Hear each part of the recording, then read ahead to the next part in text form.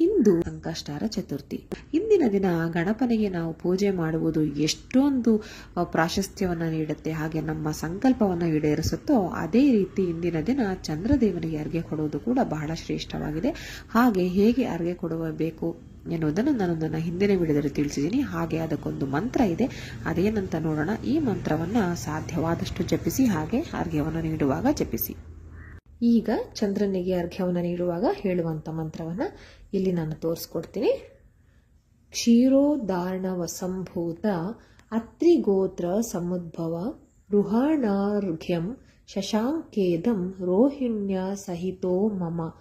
ಈ ಒಂದು ಮಂತ್ರವನ್ನು ಚಂದ್ರನಿಗೆ ಅರ್ಘ್ಯವನ್ನು ನೀಡುವಾಗ ಹೇಳಬೇಕು.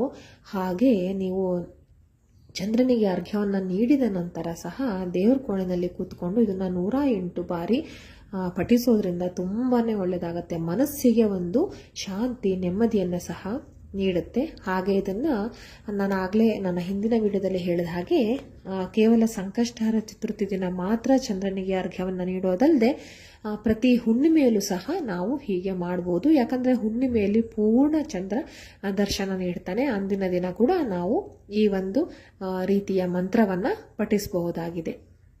ಹಾಗೆ ಇದನ್ನು ಪುಟ್ಟ ಮಕ್ಕಳು ಅಥವಾ ಗರ್ಭಿಣಿ ಸ್ತ್ರೀಯರು, ವಯಸ್ಸಾದವರು, ಹಿರಿಯರು, ಈ ರೀತಿ ಯಾವುದೇ ಒಂದು ತಾರತಮ್ಯವಿಲ್ಲದೆ, ಭೇದ ಭಾವ ಇಲ್ಲದೆ ಪ್ರತಿಯೊಬ್ಬರು ಕೂಡ ಈ ಒಂದು ಮಂತ್ರವನ್ನು ಜಪಿಸ್ಬೋದು. ಈಗ ಮನೆಯಲ್ಲಿ ಒಬ್ಬರು ಚಂದ್ರನಿಗೆ ಅರ್ಘ್ಯ ನೀಡುವಾಗ ಈ ಒಂದು ಮಂತ್ರವನ್ನು ಹೇಳಿದರೆ ಮನೆ ಮಂದಿಯೆಲ್ಲ ಕೂತು ಈ ಒಂದು ಮಂತ್ರ ಪಠಣೆಯನ್ನು ಮಾಡಬಹುದು. ಎಲ್ಲರೂ ಕೂಡ ಹೀಗೆ ಮಾಡಿ. ಎಲ್ರಿಗೂ ಒಳ್ಳೆಯದಾಗಲಿ. ಧನ್ಯವಾದಗಳು.